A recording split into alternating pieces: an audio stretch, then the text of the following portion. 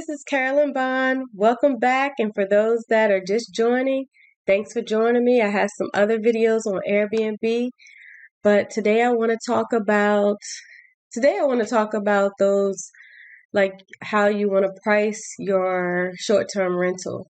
So I have been a host for 2.5 years now on Airbnb. I have hosted in other platforms as well. I can go over that in another video. But I want to go over and talk about the pricing.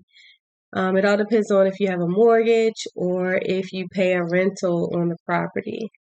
So you want to look at your different costs, your utilities, your mortgage, your rentals, and stuff like that to see what is your minimum amount that you would charge. Because sometimes you'll have a low season, and on those low seasons, you want to be able to know how far or how low you can go down to go ahead and, rent your property out to make sure that it's cost effective.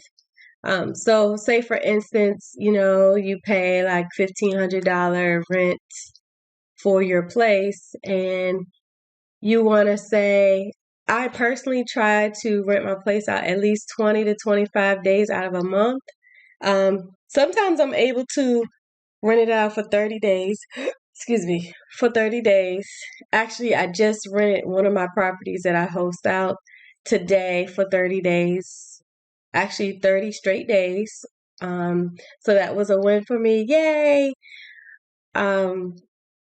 But I want to shoot for at least 20 to 25 days to rent out my property each month, so that I can make some real profit on the property. So for instance, I'm just going to throw some numbers out there. If say you pay $1,500 a month, your utilities, I'm just throwing numbers out there. Your utilities and everything that comes along with it after that is like $1,800-ish. If you charge about, even if you charge about $115, that will cover over that and put some money in your pocket.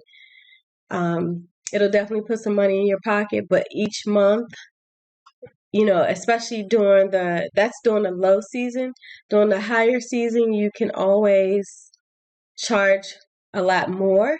However, when you first start, you want to go ahead and start lower so you can get those reviews in. It's very important because people want to see the reviews.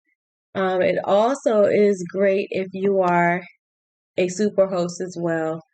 But if you're not a super host, it's okay.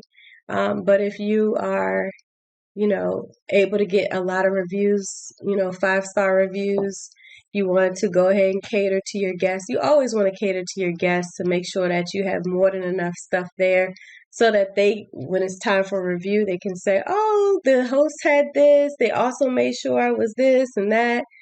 They made sure this was definitely a home away from home stay. People like that.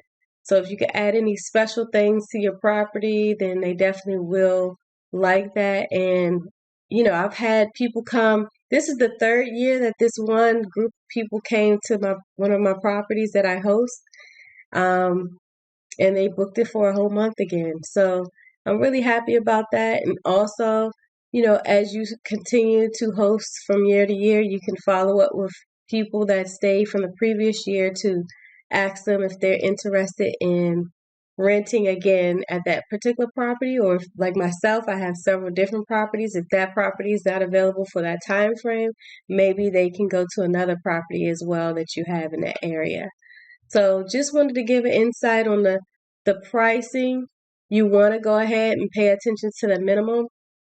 The maximum can be, higher in different time frames. It all depends on, how much you want to charge. And you also want to compare the different prices in the area of the other Airbnbers.